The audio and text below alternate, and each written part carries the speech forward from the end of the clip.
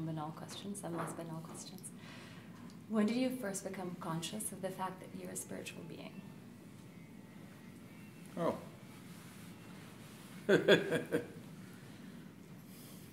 These are just words being thrown around. Essentially, well,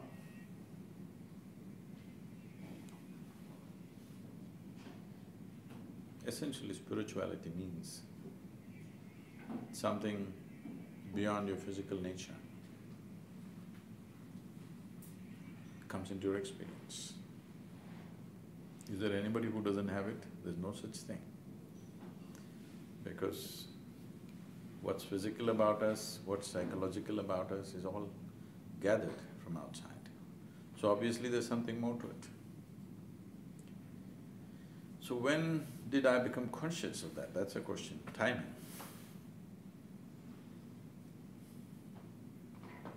Well, I think it happened in small bits and pieces in many ways, right from probably 13, 14 years of age. But always you will find a logic in your mind to beat it down. So I was logically very strong and I beat it down all the time. So the age of 25, it exploded in such a big is not the word, in such a cosmic proportion that my logic got beaten down. So you can say 25, and I've stayed that way. 25, even the doctors are saying my cellular age is only 25.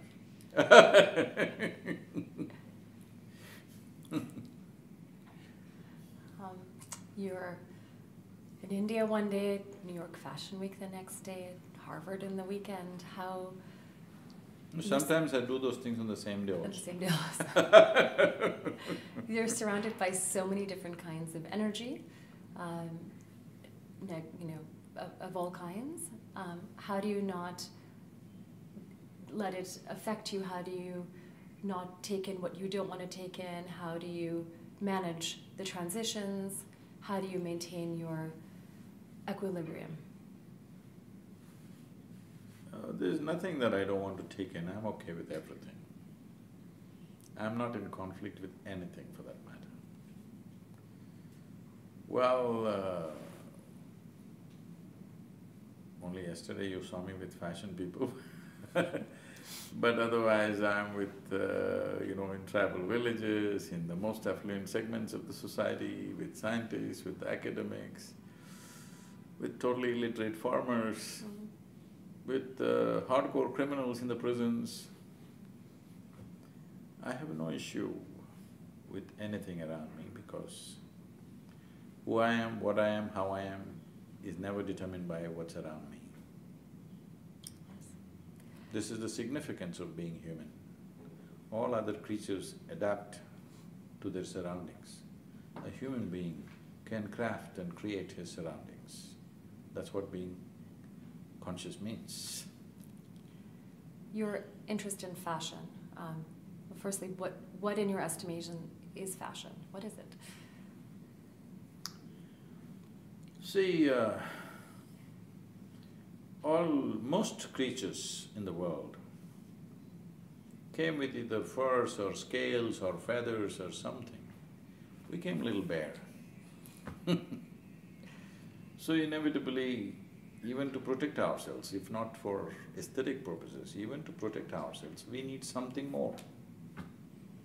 We don't have enough scales or feathers or hair or anything to really protect us in various situations that we could exist in. So clothing came. Because when we talk about a human being, from the smallest thing in our life to everything, we always want to be better than who we are right now. In that effort, one of the things that happened was clothing. We always try to make it better. A piece of, I don't know, maybe you see Adam and Eve with 2 leaves or 3 leaves, that's basic clothing, pretty good. Pretty good. I mean, in terms of basic purpose, it serves the purpose. Then maybe some skin of an animal or something we carved ourselves. But we want to make it better and better. So in trying to make it better, this word fashion came. That because everybody does not know how to make it better for themselves, if I am looking at you as some kind of aesthetic guide to me, if you do something, I think that is fashion and I also want to do something. The same thing rather. So fashion is a consequence of a whole lot of people not knowing what to do to improve their appearance. So if somebody that they look up to does a certain thing, everybody starts doing the same thing. But now, there was a time there would only be probably one iconic person in a society. Today, in different arenas of activity, there are different icons. So, every season you have to come up with new fashion because nobody knows what to hold on to.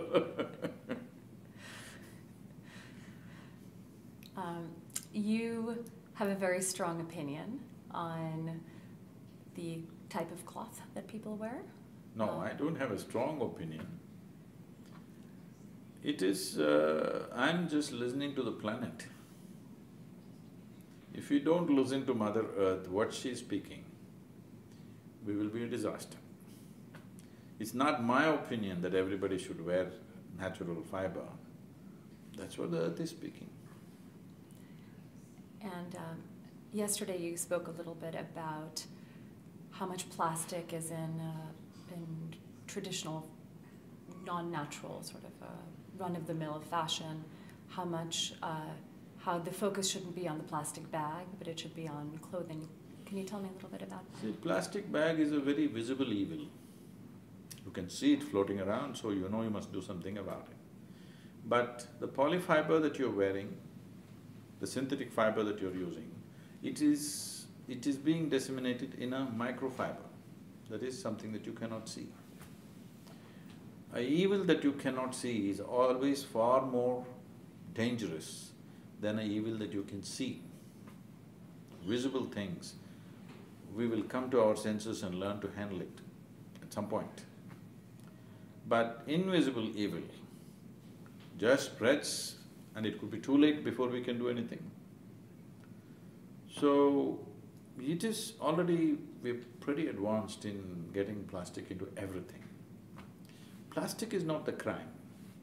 Plastic is a fantastic material, all right? Because you can use and reuse it 1,000 times if you want. You don't have to go on exploiting Earth if everything was plastic. But our body is organic. We don't have a plastic body.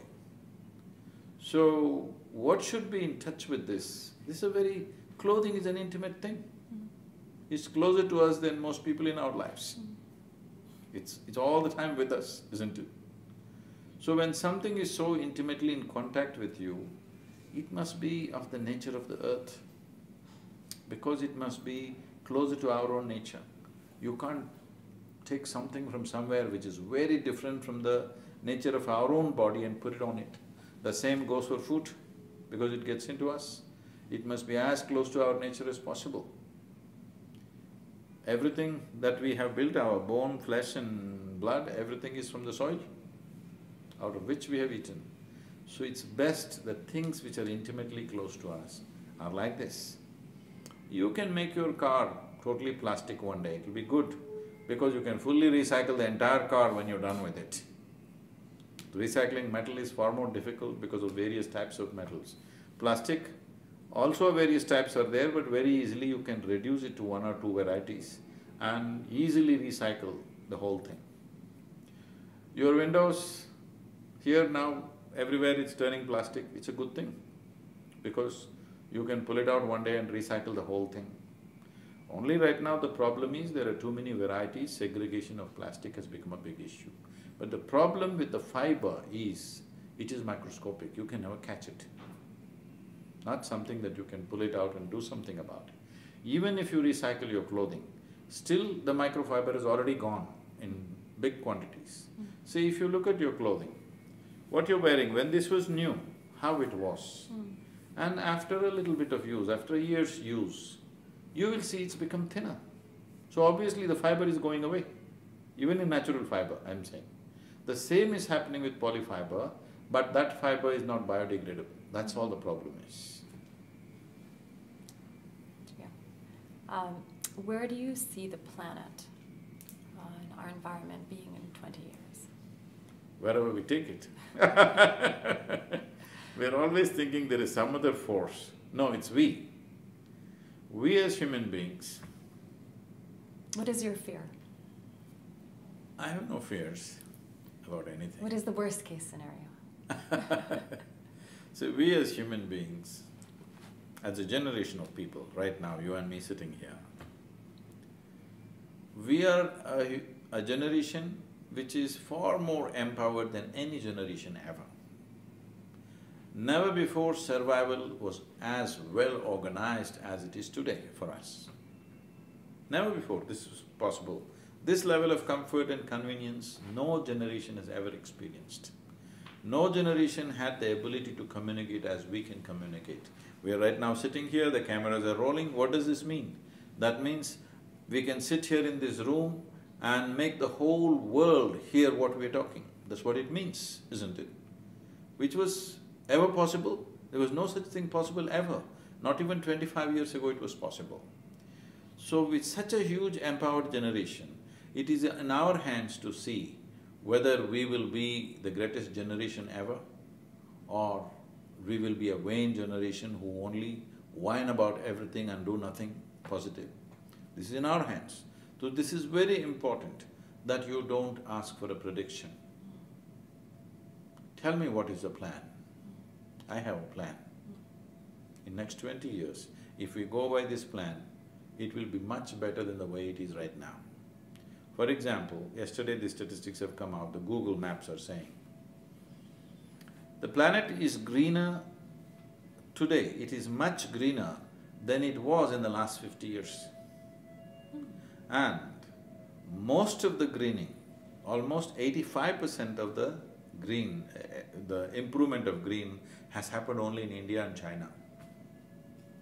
India and China accounts only for 9% of the planet's land, but 2/3 or more of the greening process has happened mainly in India and China because the efforts have been on. We ourselves, called Project Green Hands, we started about 18 years ago. Today, we planted over 33 million trees.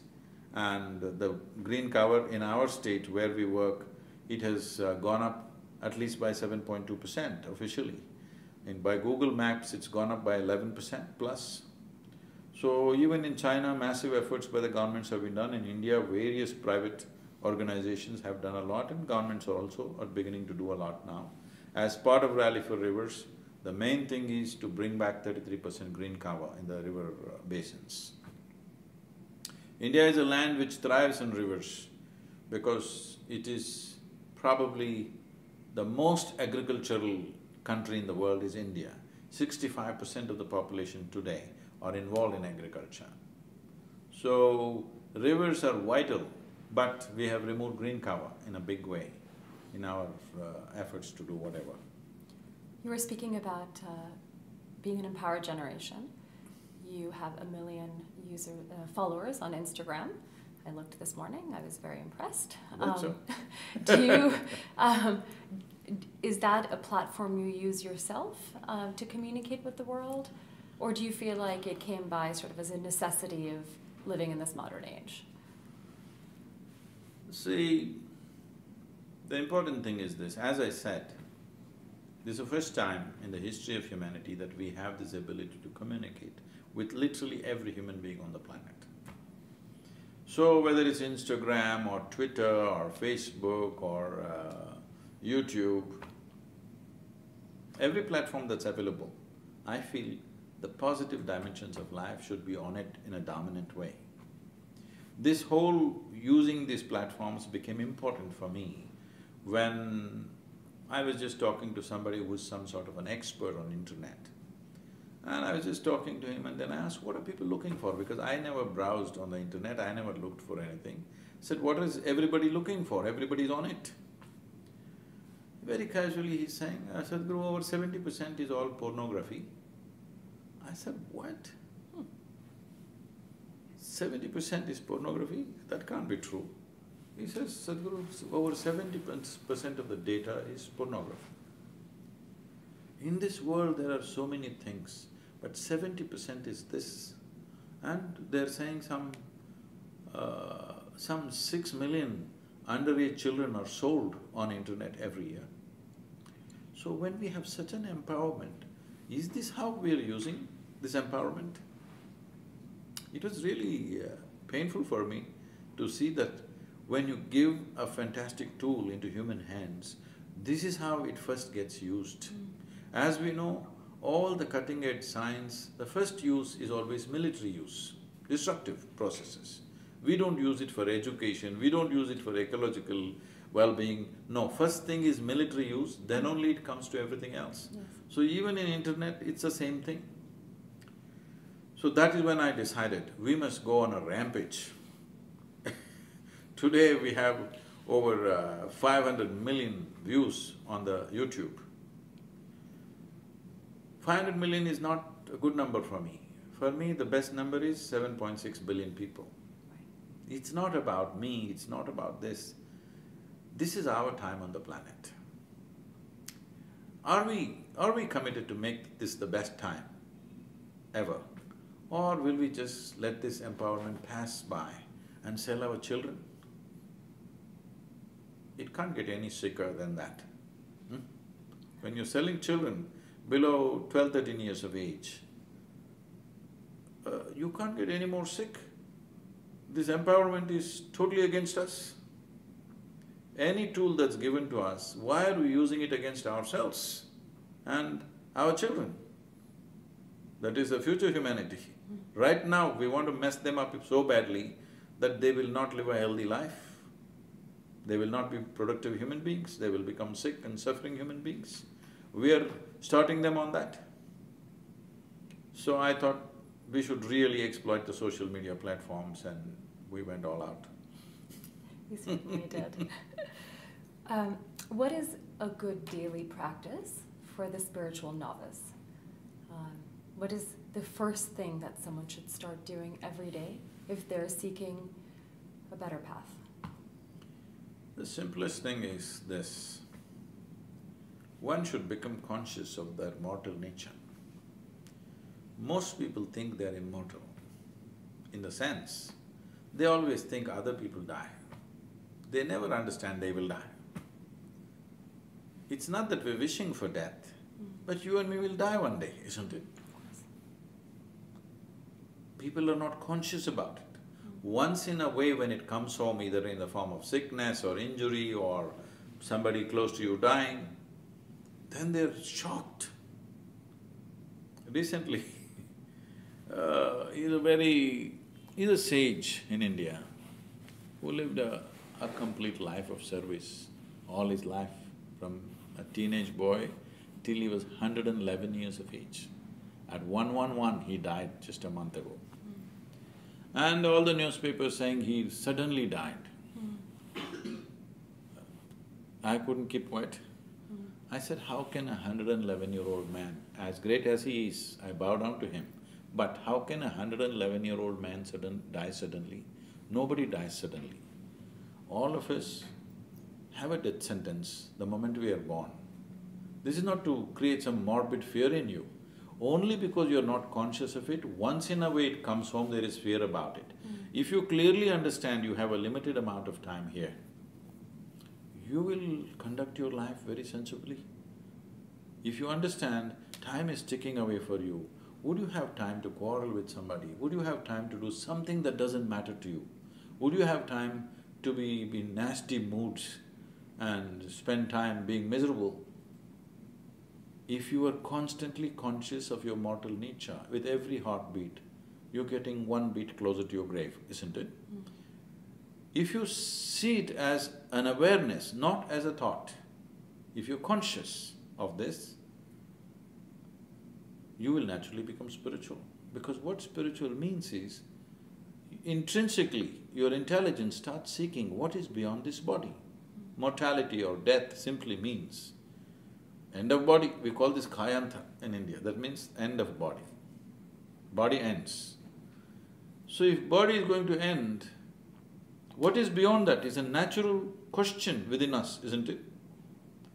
Once this question starts pricking you from inside, you will become spiritual.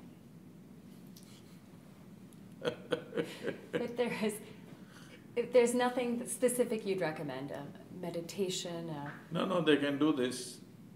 Tomorrow morning, if you wake up, see, over 250,000 people don't wake up, all right? If you wake up, check you're still alive. If you're alive, give yourself a big smile. Because the most important thing right now is you're alive, isn't it? I wouldn't talk to you if you were dead, believe me. Even if you look just like this, nice and pretty, I wouldn't talk to you if you were dead. I'm talking to you only because you're alive, yes or no? Yes. Yes. So this is the most important thing. So tomorrow morning, from now to then, nearly 250,000 people died, but you and me didn't die. So if both of us wake up in the morning, great or no? Yes. Give yourself one big smile. No, but Sadhguru, my work, this is happening, my family, that's happening, my battery didn't get charged, my phone didn't get charged. That's not the point. You're alive, isn't it? So, whenever you look at your watch, whenever you check the time, just understand, it's not the watch or clock which is ticking away, it's your life ticking away. So right now it's 12:30. You're still alive. Doesn't it need a little celebration? Huh? Yes. So from now on, you just do this. Every time you check time, you become conscious of time, just give yourself a big smile because you're still on. Do not take this for granted because you're not going to be on forever. Just do this every day, let everybody do this, you will see how wonderful they will become. It's not about the smile, it's about the consciousness, that you're conscious that you're mortal, you're conscious that your time is running away. If this one thing happens, you don't even have to think about it. The deeper intelligence within you will start organizing itself in a different way.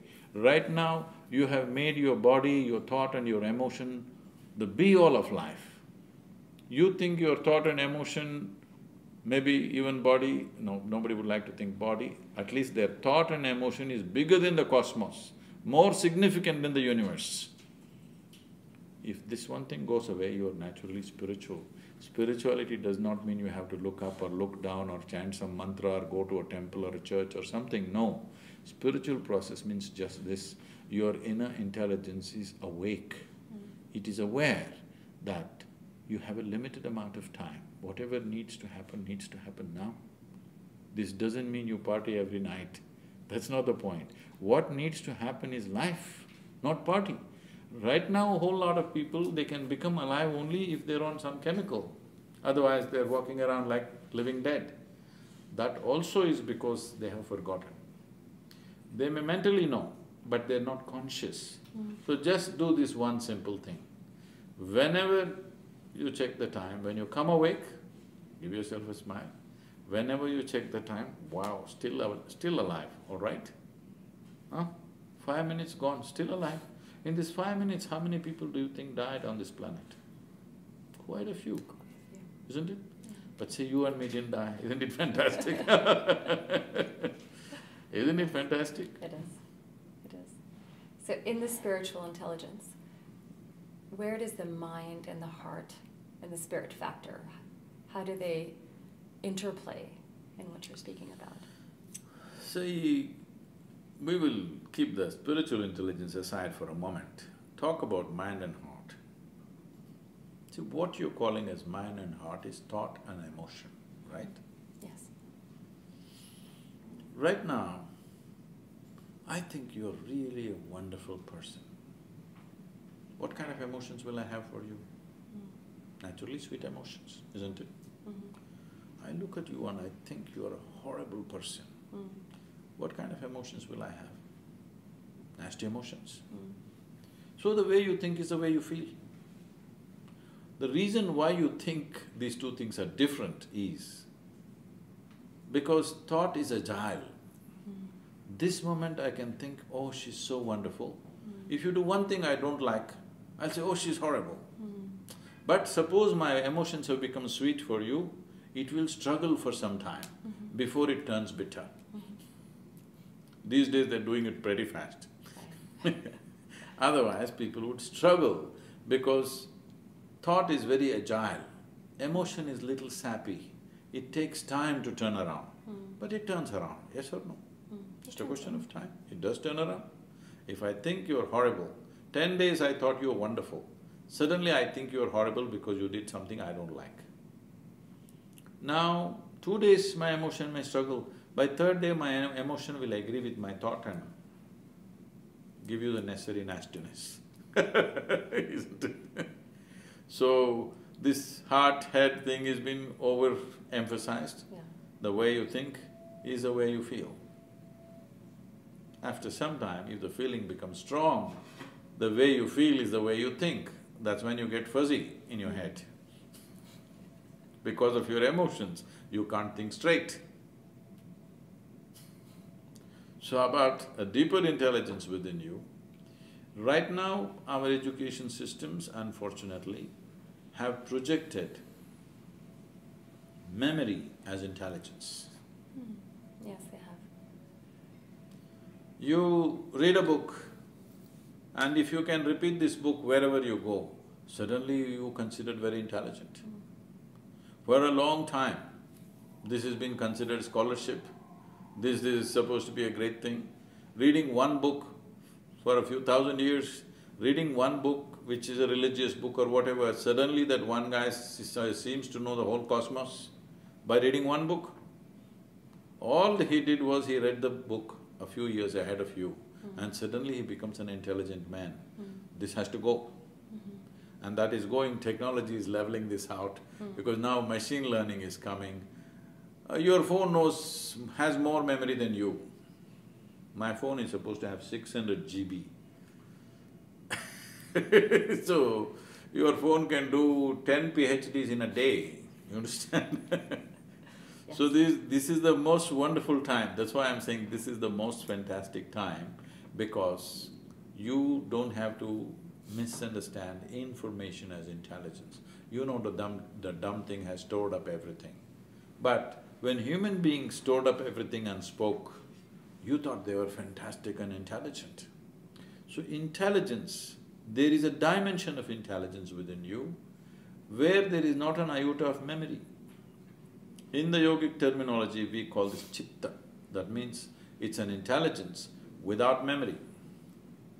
When we say memory, we must understand this. See, why is this you are you and I am me? Because this is one kind of memory, that's another kind of memory, isn't it? Why is it if you and me eat the same food, you won't become like me, nor I will become like you. You eat the same food, you remain a woman. I eat the same food, I remain a man. Yes? Yes. Because here there is a memory in this body, where every cell in the body remembers this is this kind of a man. You give him whatever kind of food you give.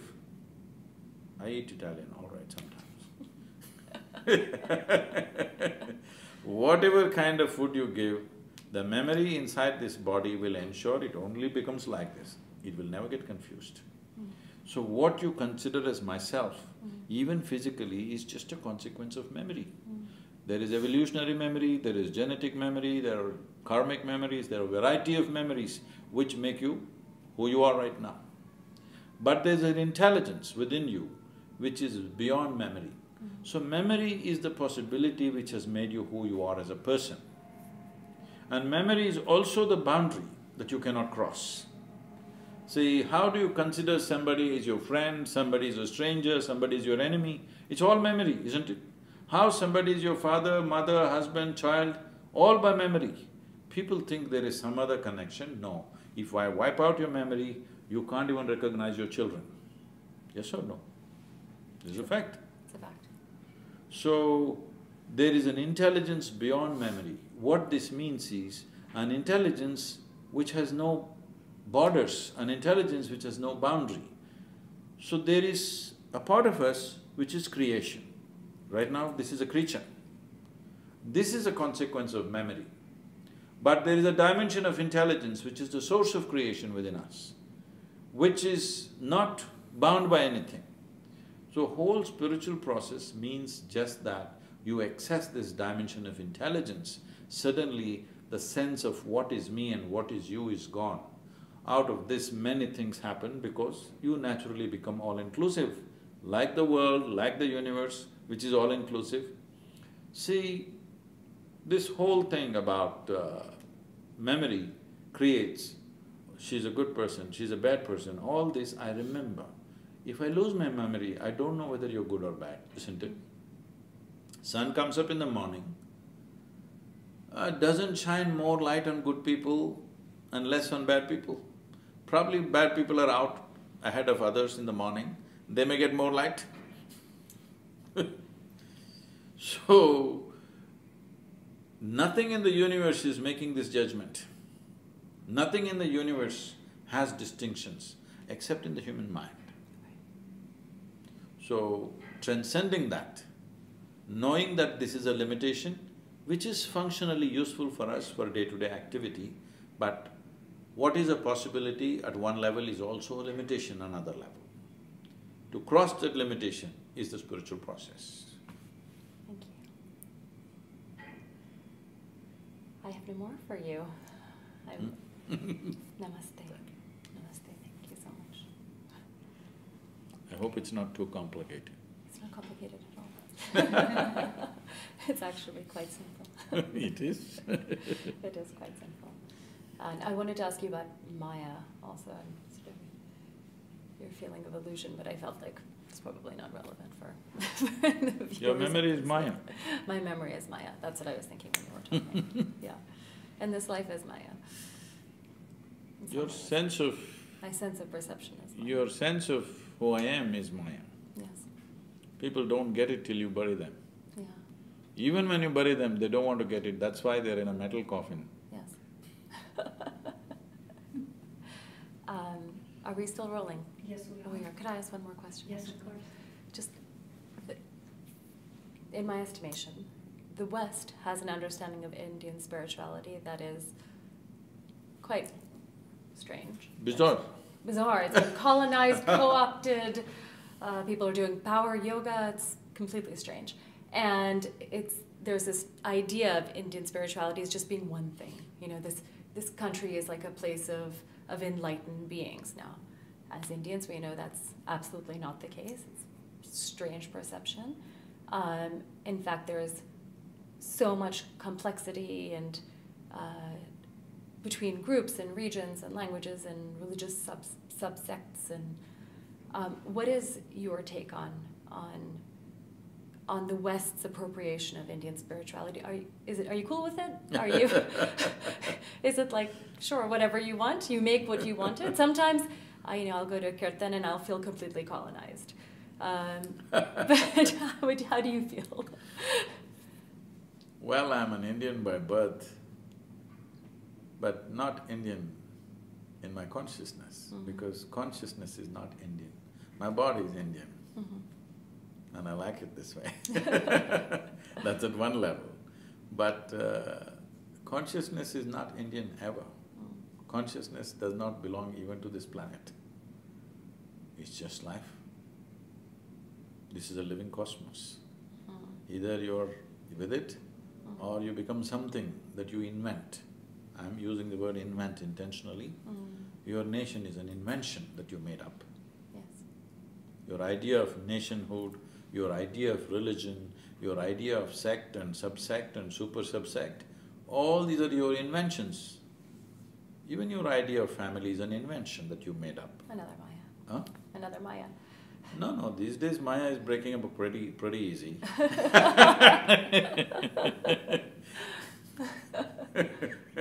They're dealing with Maya in their own way, all right. The important thing is this. To conduct the physical nature of our life, we make certain arrangements.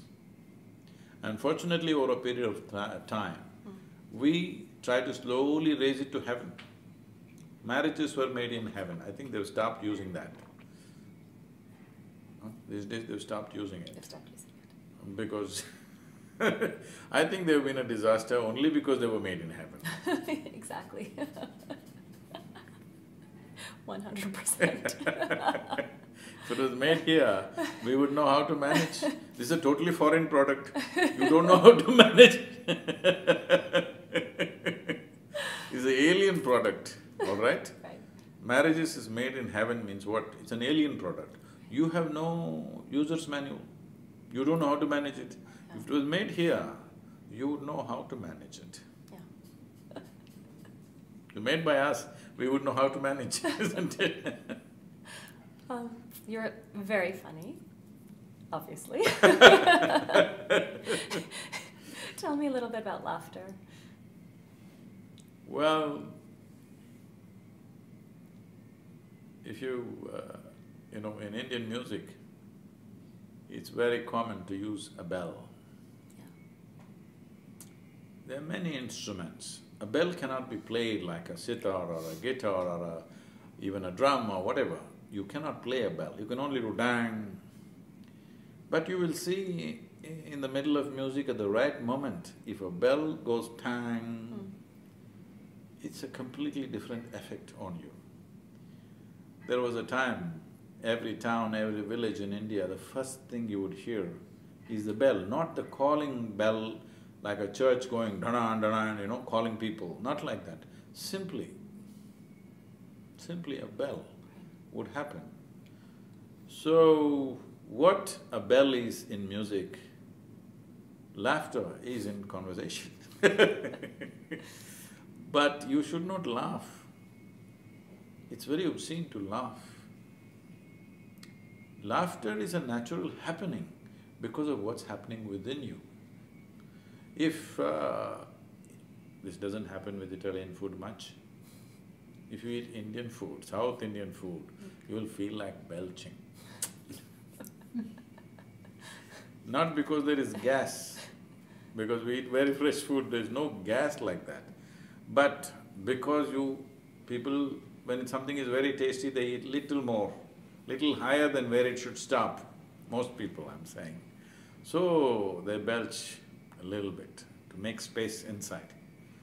They don't want to have any air gaps, they want to fill it nicely. It's a consequence. Similarly, laughter is a consequence of the way you are. But you think you must laugh, or you even think you must smile. I think even a smile is obscene. Smile is a consequence of you being pleasant within yourself. You're joyful. So, smile will happen. When it goes little out of control, laughter will happen. What is a consequence? We try to handle like a process because the societies have become goal-oriented. No, you handle the process well, consequence will come.